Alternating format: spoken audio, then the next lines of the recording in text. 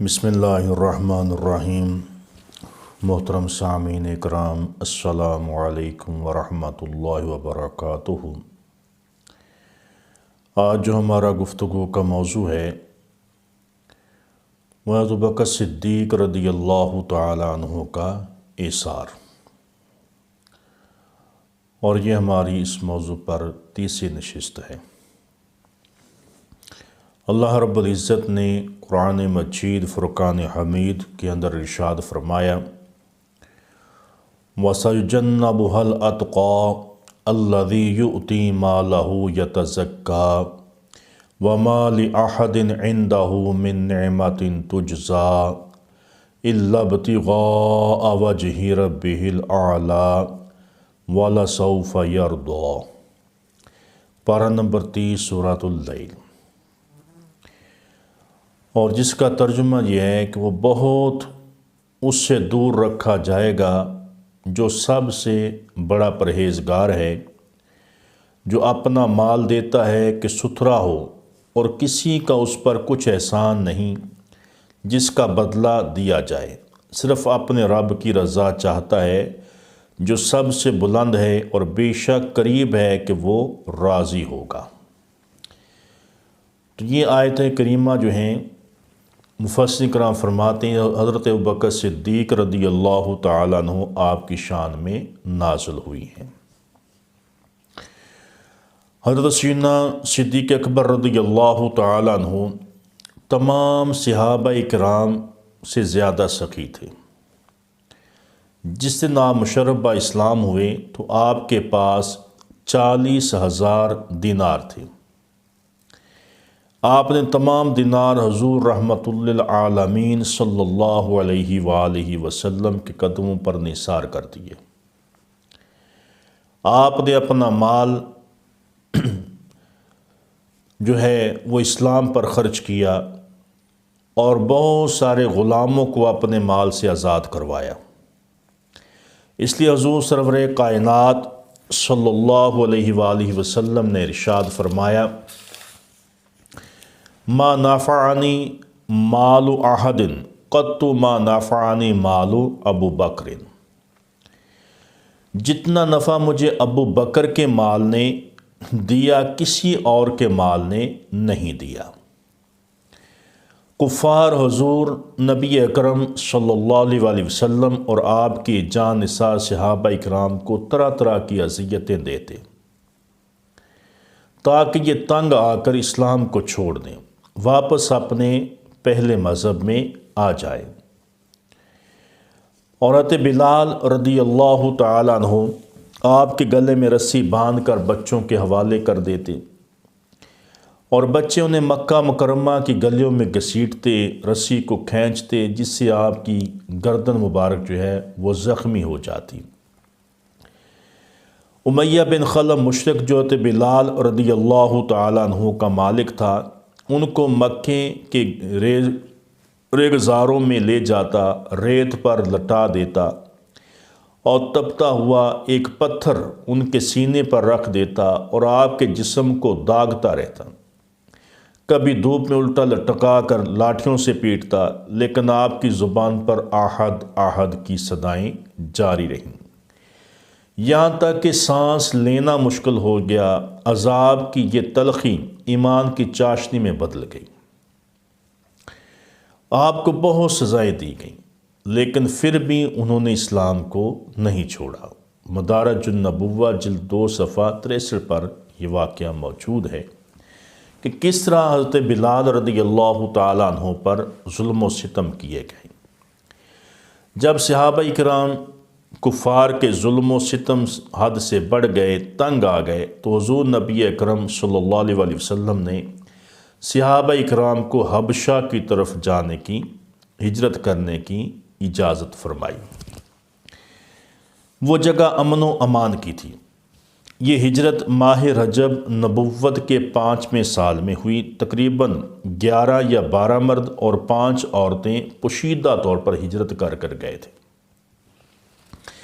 یہ لوگ سمندر کے کنارے تک پیدل گئے، پھر کشتیوں پر سوار ہو کر حبشہ کی طرف روانہ ہو گئے۔ اور اللہ تعالی نے ان سب کو حبشہ میں شاہ نجاشی کی زیر سایہ پہنچا دیا، اور یہ لوگ حبشہ کے بادشاہ نجاشی کے زیر سایہ بحفاظت رہنے لگے۔ کچھ عرصہ کے بعد ایک جھوٹی خبر پھیلی کہ حضور صلی اللہ علیہ وسلم اور مشرکین کے درمیان صلح ہو گئی۔ جب یہ خبر حبشہ پہنچی تو یہ لوگ حبشہ سے نکل کر مکہ کی طرف چل دیے۔ مکہ مکرمہ قریب پہنچ کر معلوم ہوا کہ صلح کی خبر جھوٹی تھی، تو ان مسلمانوں میں سے کچھ لوگ مکہ مکرمہ میں داخل ہو گئے، مگر وہاں کے حالات مسلمانوں کے لیے انتہائی ناسازگار تھے، اور اب مسلمانوں کی بہت بڑی جماعت نے حبشہ کی طرف ہجرت کی۔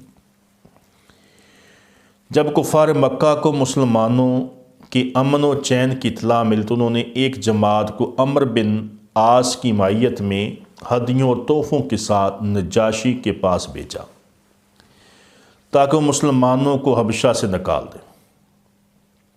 انہوں نے نجاشی کو دربار میں پہنچ کر اسے سجدہ کیا اور مدعا عرض کیا، تحفے تحائف پیش کیے اور اس کی خوشامد کرنے لگے۔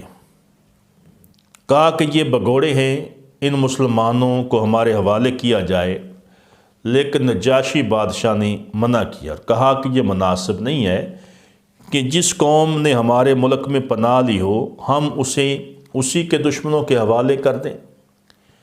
انہوں نے مزید کہا کہ یہ مسلمانت عیسیٰ علیہ السلام اور سیدہ مریم علیہ السلام کے بارے میں اچھے خیالات نہیں رکھتے، تو آپ انہیں پناہ کیوں دیتے ہیں؟ نجاشی بادشاہ نے کہا تو ٹھیک ہے، میں پہلے ان سے تصدیق کروں گا، اور حکم دیا کہ مسلمانوں کو میرے دربار میں پیش کیا جائے تاکہ میں خود ان سے بات کروں تو وہ کیسے خیالات رکھتے ہیں۔ چنانچہ جب مسلمان نجاشی کے دربار میں پہنچے تو سجدہ تحیت کے بغیر سلام کیا۔ نجاشی کے مصاحبوں نے پوچھا کہ تم نے سجدہ کیوں نہیں کیا؟ اس سوال پر حضرت جعفر بن ابی طالب رضی اللہ تعالی جو مہاجرین حبشہ میں سے تھے، آپ نے فرمایا کہ ہم غیر خدا کو سجدہ نہیں کرتے، ہم سجدہ صرف اللہ تعالیٰ کی بارگاہ میں کرتے ہیں، اور اس لیے ہمیں رسول خدا صلی اللہ علیہ وسلم نے یوں ہی حکم دیا ہے۔ اس کے بعد انہیں مسلمانوں کے دین اور اسلامی احکام کی ترجمانی کی۔ حضرت جعفر رضی اللہ تعالیٰ عنہ کے کلام سے نجاشی پر اتنا اثر ہوا کہ ہیبت طاری ہو گئی، اور اس نے مسلمانوں سے کہا کہ حضور صلوات والسلام پر جو کلام نازل ہوتا ہے اس میں سے کچھ مجھے سناؤ، وہ کیسا کلام ہے؟ تو حضرت جعفر رضی اللہ تعالیٰ عنہ نے سورہ مریم کی تلاوت کی۔ یہ سن کر نجاشی اور پادری جو اس کے پاس تھے رونے لگے، اور سب نے ایک زبان ہو کر کہا خدا کی قسم یہ کلام اور وہ کلام جو حضرت موسیٰ علیہ السلام پر نازل ہوا ہے ایک ہی مشکاہ سے نکلے ہیں۔ اور نجاشی نے کہا میں گواہی دیتا ہوں کہ حضرت محمد صلی اللہ علیہ وسلم اللہ تعالیٰ کے رسول ہے، اور یہ وہی ہستی ہے جن کی بشارت عیسیٰ بن مریم علیہ السلام نے تھی کہ ان کے بعد وہ تشریف لائیں گے۔ اور اس کے بعد شاہ نجاشی نے کفار مکہ کے تحائف واپس لوٹا دیے اور ان کو ذلیل و رسوا کر کے اپنے دربار سے نکال دیا، اور مسلمانوں سے فرمایا کہ تم امن و سکون کے ساتھ میرے ملک میں رہ سکتے ہو جب تک تمہارا جی چاہے۔ یہ واقعہ مدارج النبوہ جلد نمبر 2 صفحہ 65، سیرت حلبیہ جلد نمبر 1 صفحہ 259، سیرت النبویہ ابن حشام جلد نمبر 1 صفحہ 211 پر موجود ہے۔ تو ابوبکر صدیق رضی اللہ تعالیٰ عنہ حضرت صلی اللہ علیہ وسلم کی جدائی گوارہ نہ کر سکتے تھے، اور حضور نبی کریم صلی اللہ علیہ وسلم نے مسلمانوں کو حبشہ جانے کا حکم دیا تھا، تو یہ ہجرت آزادی کے ساتھ عبادت الہی کرنے کی غرض سے تھی۔ اسی بنا پر ابوبکر صدیق رضی اللہ عنہ نے بھی حبشہ کی ہجرت کا ارادہ کر لیا۔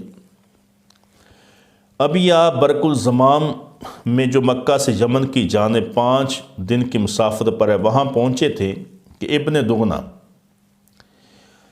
جو قبیلہ کارا کا سردار تھا ملاقات ہوئی، اور ابن دغنہ نے پوچھا کہاں کا ارادہ ہے؟ آپ نے فرمایا میری قوم نے مجھے نکال دیا ہے، اب میں چاہتا ہوں کہ سیر و سیاحت کروں اور اللہ تعالیٰ کی عبادت کروں۔ ابن دگنا نے کہا، آپ جیسے شخص کو کیسے شہر بدر کیا جا سکتا ہے؟ تم غریبوں کی مالی امداد کرتے ہو، صلہ رحمی کرنے والے ہو، چلو واپس تم کو میں اپنی پناہ میں لیتا ہوں، وہاں تم خدا کی عبادت کرنا۔ ابن دگنا آپ کو مکہ میں لے آیا۔ قریش نے کہا، چونکہ تم نے ان کو پناہ دی ہے اس لیے اگر وہ چھپ کر عبادت کریں تو ہم ان کو کچھ نہیں کہیں گے۔ آپ نے کچھ عرصہ پوشیدہ طور پر عبادت کی، پھر آپ نے اپنے گھر کے صحن میں مسجد بنا لی۔ آپ عبادت کرتے، قرآن کی تلاوت کرتے ہوئے روتے، آپ پر رقت طاری ہو جاتی اور آپ کی آواز کو سن قریش کے نوجوان، قریش کی عورتیں آپ کے گرد جمع ہو جاتی۔ قریش کو اندیشہ ہوا کہ ان کے بچے اور عورتیں قرآن کریم سن کر کہیں ایمان نہ لے آئے۔ انہوں نے ابن دگنا سے شکایت کی اور کہا کہ ابو بکر چھپ کر تلاوت کیا کریں اور ایسا نہ کریں، اگر ایسا وہ نہ کریں تم اپنی پناہ سے ہاتھ اٹھا لو۔ ابن دگنا حضرت ابو بکر صدیق رضی اللہ تعالیٰ عنہ کے پاس آیا اور یہی بات کہی، اے ابو بکر تم چھپ کر عبادت کرو، آہستہ آواز میں پڑھا کرو، جس طرح نہیں ورنہ میں اپنی جو پناہ ہے وہ واپس لے لوں گا۔ تو آپ نے فرمایا، مجھے تیری پناہ کی ضرورت نہیں، اب میں اللہ تعالیٰ کی پناہ میں ہوں۔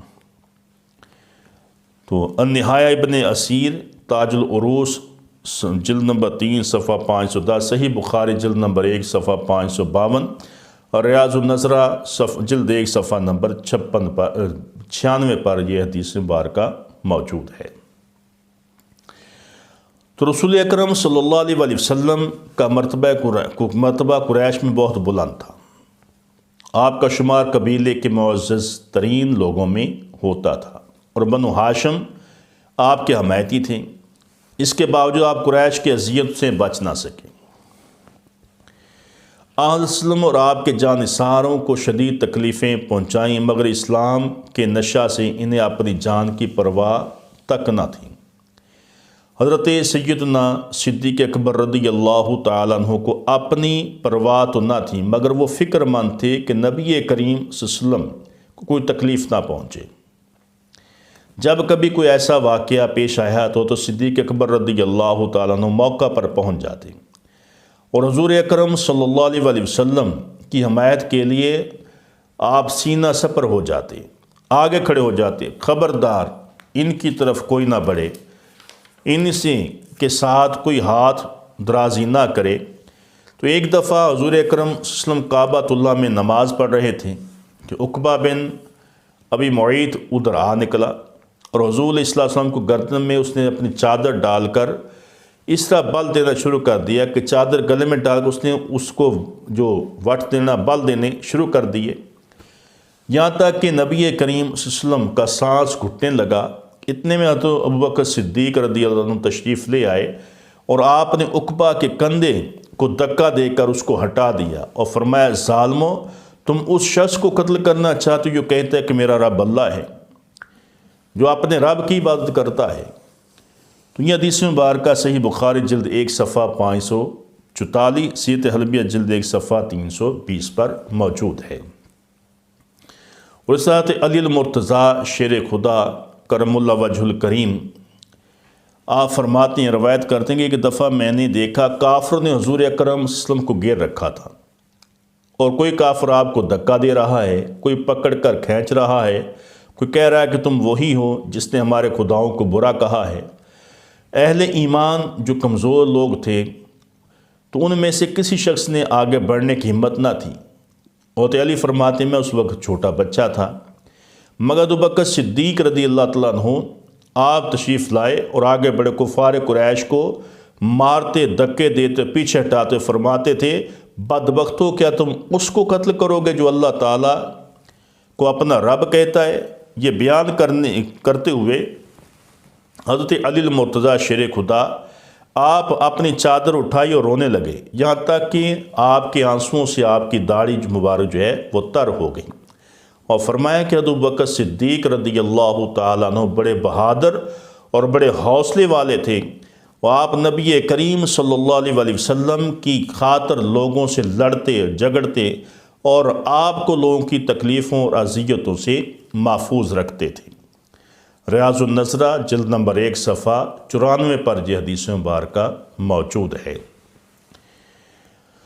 تو ابو بکر صدیق رضی اللہ تعالیٰ عنہ، آپ نے زندگی کا ہر سانس جو ہے دعوت اسلام کی نشر و اشاعت کے لیے وقف کر رکھا تھا۔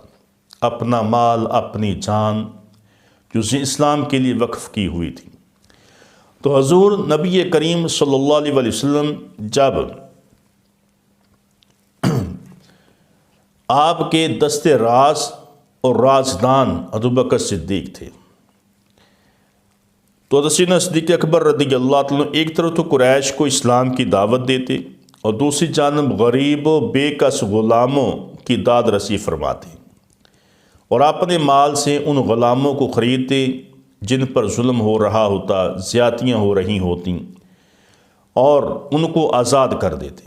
یہ غلام اسلام لانے کی وجہ سے کفار کے ظلم و ستم کا نشانہ بنے تھے۔ ان مسلمان آزاد کردہ غلاموں میں سے چند ایک کا تذکرہ جو ہے وہ آپ کے سامنے کرتے ہیں۔ پہلے حضرت بلال حبشی رضی اللہ تعالیٰ عنہ ہیں کہ جو امیہ بن خلف کے غلام تھے۔ امیہ دوپہر کے وقت جب زمین توے کی طرح تپ رہی ہوتی تھی، آپ کو ریت پر لٹاتا، پتھر کی ایک چٹان آپ کے سینے پر رکھ دیتا تو اور آپ کو پھر سزا دیتا اور پھر کہتا کہ بلال اسلام کو چھوڑ دو، تو آپ کی زبان پر ایک ہی آواز جاری ہوتی، آحد آحد آحد۔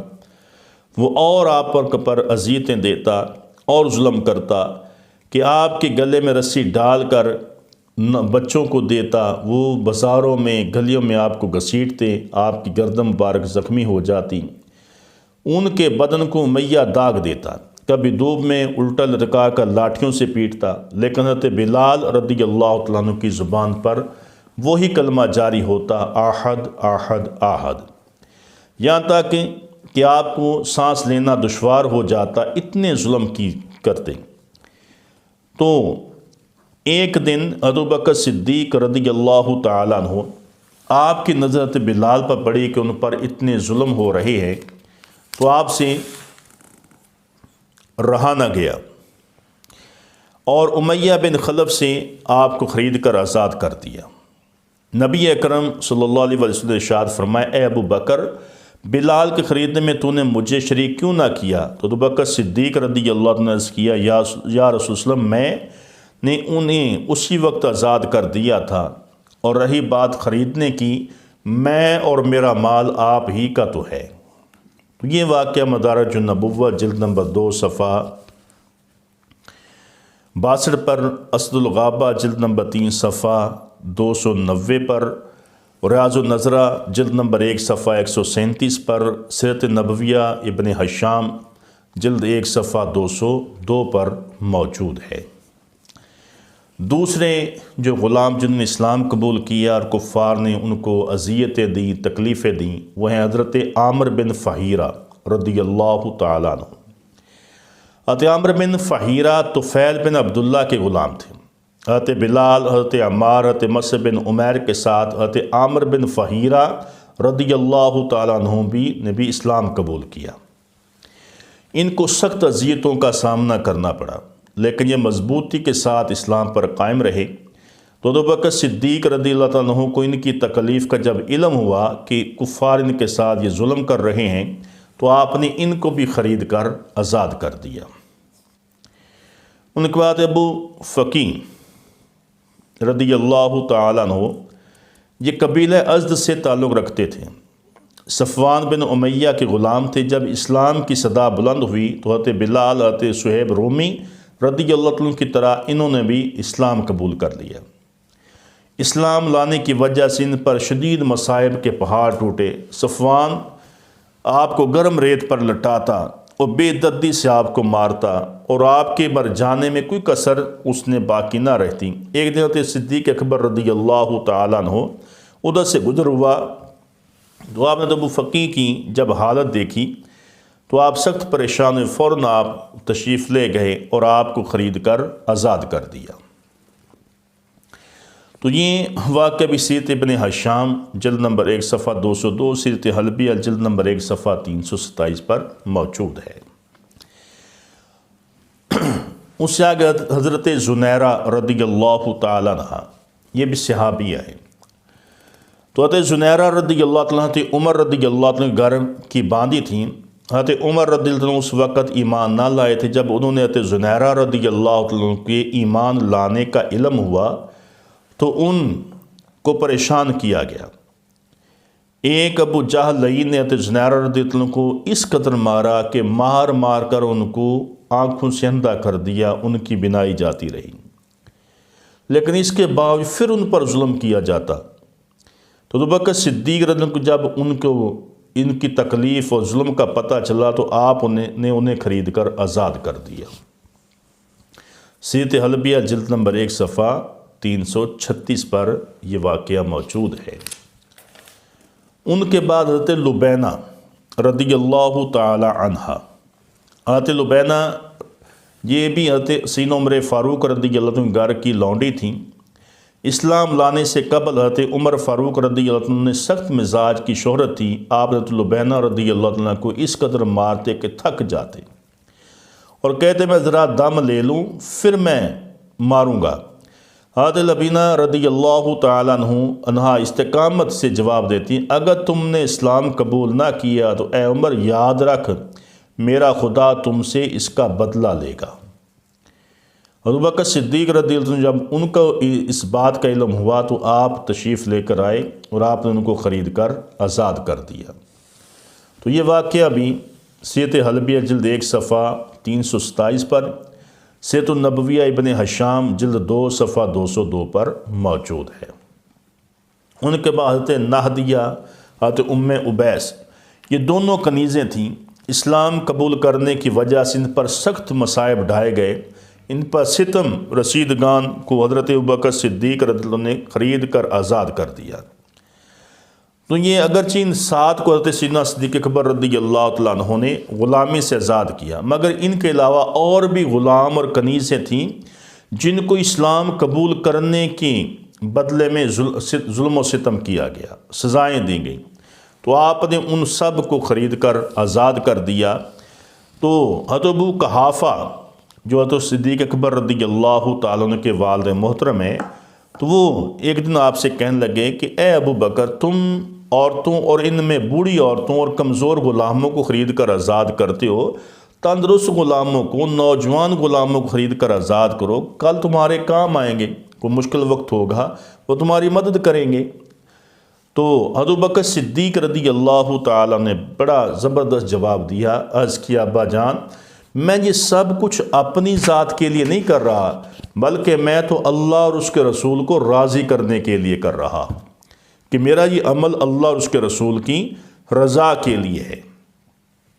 تو یہ حدیث مبارکہ جو ہے یہ سیرت حلبیہ جلد 1 صفحہ 327 پر موجود ہے۔ ابن جریر اور امام طبری نے بھی اس کو اپنی کتابوں کے اندر نقل کیا ہے۔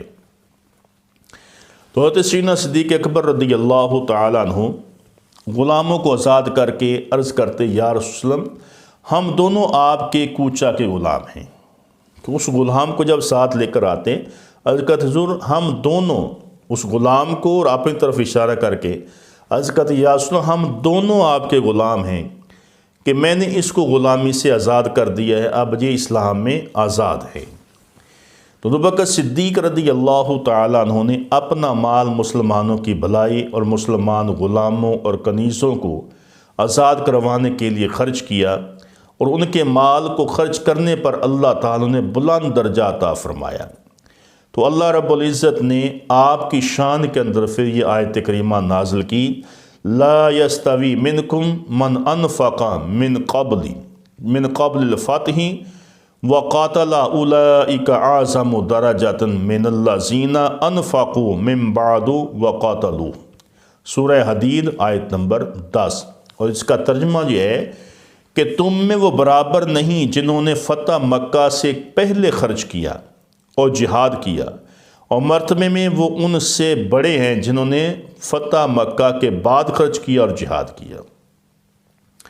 تو اس میں بھی حضرت بکر صدیق رضی اللہ تعالیٰ عنہ آپ کی شان اور عظمت کا بیان ہے کہ اللہ رب العزت نے یہ آیت کریمہ آپ کی شان میں نازل فرمائی، اور رسول اللہ صلی اللہ علیہ وسلم نے ارشاد فرمایا ما نافعنی مال احد قط ما نافعنی مال ابی بکر، جامع ترمذی جلد نمبر 2 صفحہ 207، اور ترجمہ اس کا یہ ہے کہ ابو بکر کے مال نے مجھے جتنا نفع دیا ہے کسی اور کے مال نے اتنا نفع مجھے نہیں دیا۔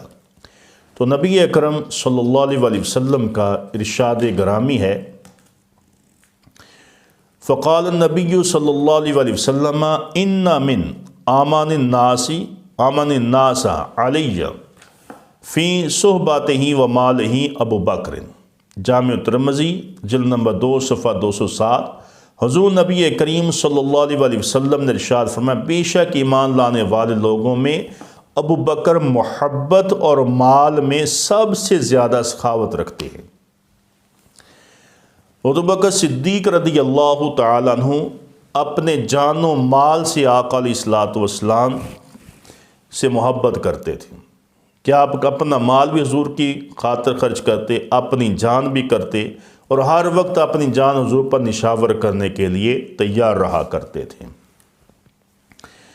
تو ابو بکر صدیق رضی اللہ تعالیٰ عنہ جب ایمان لے کر آئے تو آپ کے پاس 40,000 دینار تھی۔ جب آپ نے ہجرت فرمائی، مدینہ منورہ حضور کے ساتھ گئے، تو اس وقت آپ کے پاس 5,000 دینار رہ گئے تھے۔